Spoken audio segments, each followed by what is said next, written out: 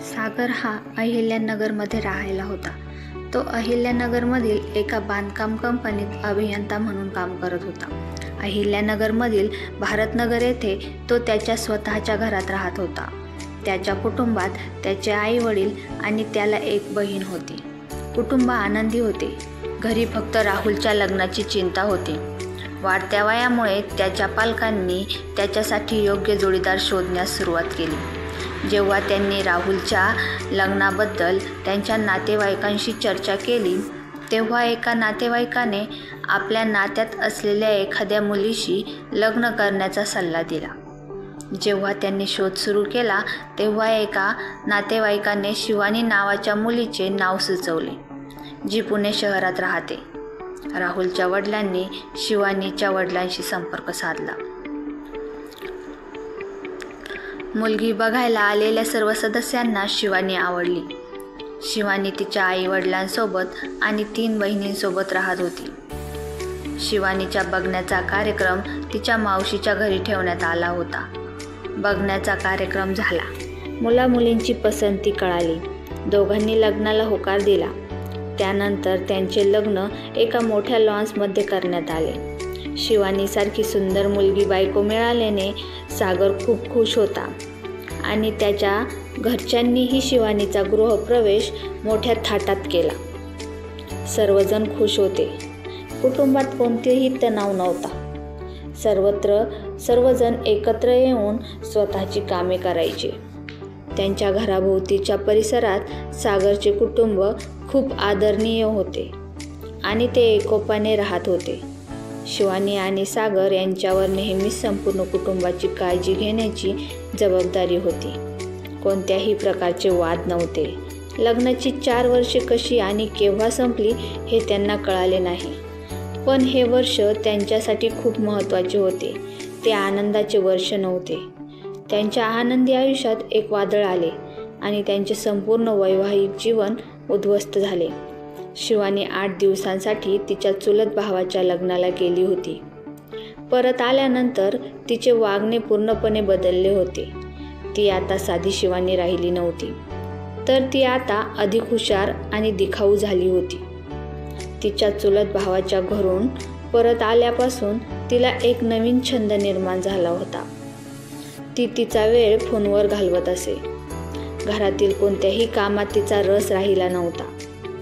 मोबाईलच्या गोंधळात तिने तिच्या खाण्यापिण्याकडेही दुर्लक्ष केले. हळूहळू घरातील वातावरण बिघडत चालले होते. जर सागर संध्याकाळी त्याच्या ड्युटीवर गेला तर तो दुसऱ्या दिवशी सकाळी परत यायचा आणि जर सकाळी गेला तर तो संध्याकाळी परत यायचा. तो रात्री 8 वाजता घरी यायचा. या काळात शिवानी तिचा वेळ तिच्या मोबाईल फोनला चिटकून घालवत असे.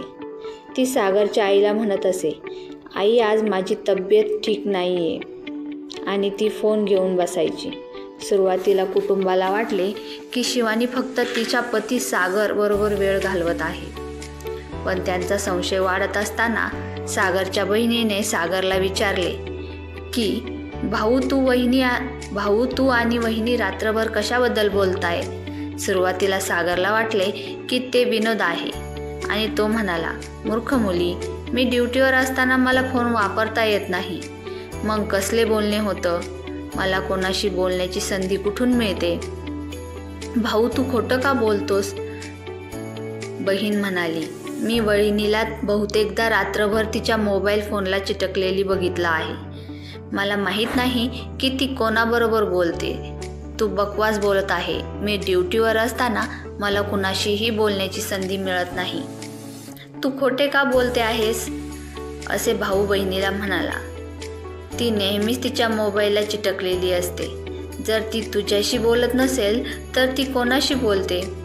त्यावर सागर काहीच बोलला नाही. गेल्या काही दिवसापासून शिवानीचे वागणे बदलले होते. जेव्हा सागरला त्याच्या बहिणीचे बोलणे लक्षात आले तेव्हा तो काळजीत पडला. सागर ड्युटीवर गेला तेव्हा त्याच्या रात्रीच्या शिफ्टमध्ये गेला. तेव्हा त्याने सत्य जाणून घेण्यासाठी त्या रात्री 1 ते 4च्या दरम्यान शिवानीला अनेक वेळा फोन केला, पण प्रत्येक वेळी तिचा फोन व्यस्त असायचा. कारण शिवानीने सागरचा नंबर ब्लॉक लिस्टला टाकला होता. सागरच्या लक्षात आल्यावर त्याला खूप राग आला, पण त्याने आपल्या रागावर नियंत्रण ठेवले. त्या दिवशी तो ड्युटीवर त्याचे लक्ष लागना व तो लवकर घरी आला. तेव्हा त्याला शिवानी बेडवर चादर ओढून पडलेली आढळली. जेव्हा त्याने चादर तिच्यापासून बाजूला केली तेव्हा ते पाहून तो थक्क झाला की फोन तिच्या कानाखाली होता. सागरने तो उचलला आणि कानाला लावला तेव्हा त्याला एका माणसाचा आवाज ऐकू आला. सागरने विचारले, कोण बोलत आहे?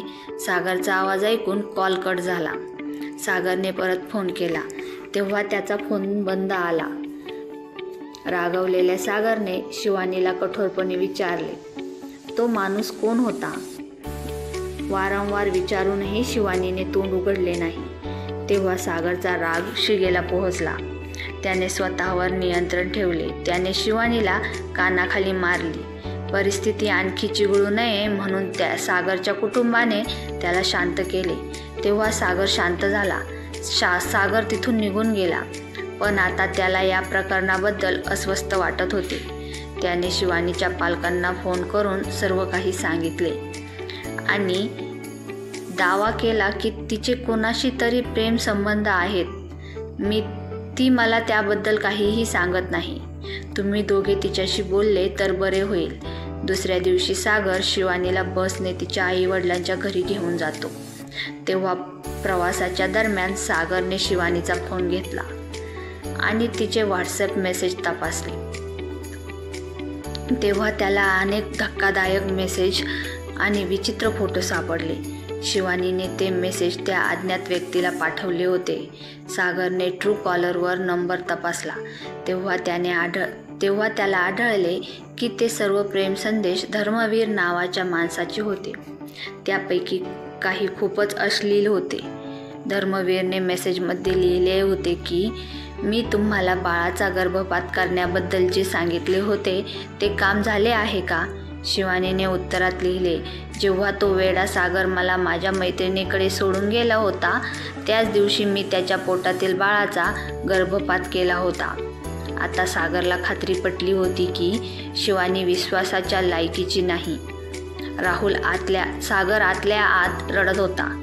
त्याला आश्चर्य वाटत होते की ही कसली आई आहे जिने स्वतःच्या बाळाला पोटातच मारले.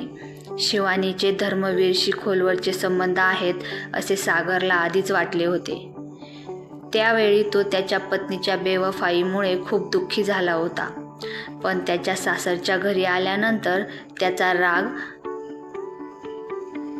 शिवानीवर भडकला. त्याने धर्मवीर आणि शिवानीमधील सर्व मेसेज तिच्या आईवडिलांना दाखवले. त्यांनीही तिच्यावर धर्मवीरबद्दल दबाव आणला, पण शिवानी स्थिर राहिली. तिने तिच्या आईला सांगितले की सागर या मेसेजबद्दल खोटं बोलत आहे. त्याने मला बदनाम करण्यासाठी ते पोस्ट केले आहे. शिवानी म्हणाली, आई हा एक घाणेरडा खोटारडा माणूस आहे. सगळे मेसेज पाहिल्यानंतरही शिवानीच्या पालकांनी त्याला सांगितले की त्यांची मुलगी अशी असू शकत नाही. त्यांनी सागरला समजावून सांगितले की त्याची पत्नी चांगली स्त्री आहे. त्यानंतर त्यांनी शिवानीला तिच्या सासरच्या घरी परत जाण्यासाठी सांगितले. ती म्हणाली, मी घरी परतणार नाही. ती आता एकटीच राहणार आहे. हे ऐकून तिच्या पालकांनीही तिला पाठिंबा दिला. शिवानीला तिच्या नातेवाईकांकडून पूर्ण पाठिंबा मिळाला. शिवानीच्या वागण्याने संतापलेल्या सागरने तिला तिच्या पालकांच्या स्वाधीन केले आणि घरी परतला. शिवानी तिच्या आईवडिलांच्या घरीही तीच कामे करायची जी ती तिच्या सासरच्या घरी करायची. ती थोडे घरकाम करायची आणि दिवसभर मोबाईलवर बसायची. ती मोबाईलला चिटकून राहायची. मुलगी माहेरी निघून आल्यामुळे परिसरात बदनामी होईल या भीतीने शिवानीचे कुटुंब तिला तिच्या आत्याच्या घरी पाठवतात. तिथेही ती त्यांना वेड्यात काढते. ती म्हणायची, आत्या आज मी जयश्रीच्या घरी जात आहे. जयश्रीचे नाव घेऊन ती धर्मवीरला हॉटेलमध्ये भेटायला जायची. ती धर्मवीरला मेसेजद्वारे कळवत होती. एके दिवशी आत्याला आईच्या घरी चालले म्हणून सांगून गेली. ती पोहोचली नाही तेव्हा तिचे कुटुंब काळजीत पडले. पण ती दुसऱ्या दिवशी घरी परतली. ती परत आली आणि तिच्या कुटुंबाला ती एका मैत्रिणीच्या घरी असल्याचे पटवून दिले. शिवानीच्या आईवडिलांच्या समजावल्यानंतर सागर त्यांच्या घरी गेला आणि त्यांच्या कुटुंबाच्या व्यक्तींनी खूप समजावल्यानंतर शिवानीला तिच्या सासरच्या घरी परत घेऊन जाण्यास तो तयार झाला.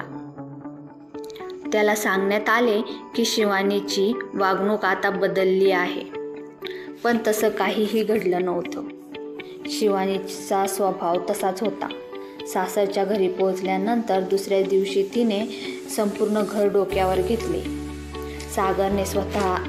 सागरने स्वतःच्या आणि तिच्या कुटुंबाच्या दबावाखाली येऊन शिवानीला आपल्याकडे ठेवण्यास सहमती दर्शवली, परंतु तो स्वतःच्या मनस्थितीवर ताबा मिळवू शकला नाही. तो त्याच्या कामावर नीट येत नव्हता आणि तो नीट खातपितही नव्हता. पण शिवानीला याचा काहीही फरक पडत नव्हता. संधी मिळताच ती सागरशी वाद घालायची.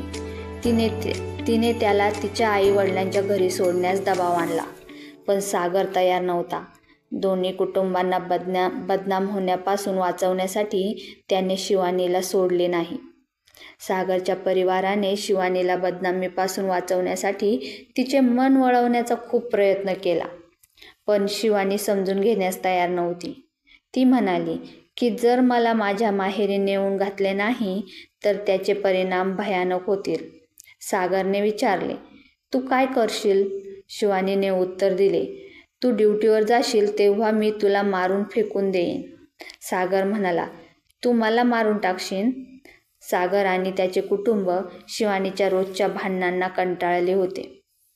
त्यांना काय करावे आणि काय नाही ते समजत नव्हते. एक दिवस शिवानीने सर्व मर्यादा ओलांडल्या आणि तिने सर्व शिष्टाचार वाऱ्यावर फेकले. त्या दिवशी शिवानीने घरी महाभारत रचला. तिने दिवसभर तमाशा घातला.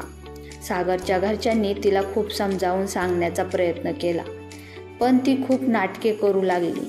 शिवानी म्हणायची, मला जर माझ्या आई वडिलांच्या घरी नेऊन घातले नाही तर मी काही माणसे बोलवून तुमच्या मुलाला मारून टाकेन.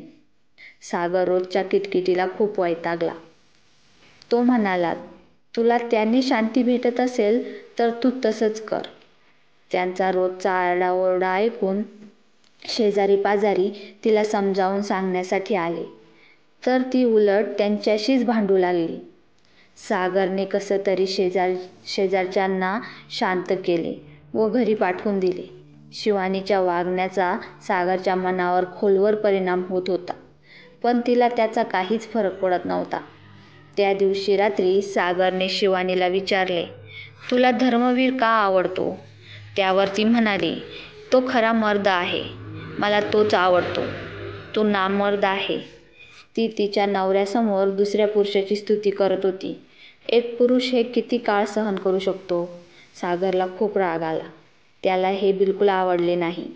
सागर रागातच खोलीत गेला आणि हातात काठी घेऊन बाहेर आला. जेव्हा शिवानीने सागरच्या हातात काठी बघितली तेव्हा तिला काहीच कळाले नाही. सागरच्या कुटुंबातील सदस्यांनी त्यांनी काठी का आणली आहे हे समजून घेण्याचा प्रयत्न केला, पण तोपर्यंत सागरने शिवानीवर हल्ला केला. त्याने अनेक वेळा वार केले होते, ज्यामुळे शिवानीची एक वेदनादायक किंकाळी वातावरणात हरवली आणि ती वेदनेने जमिनीवर पडली आणि ती मरण पावली.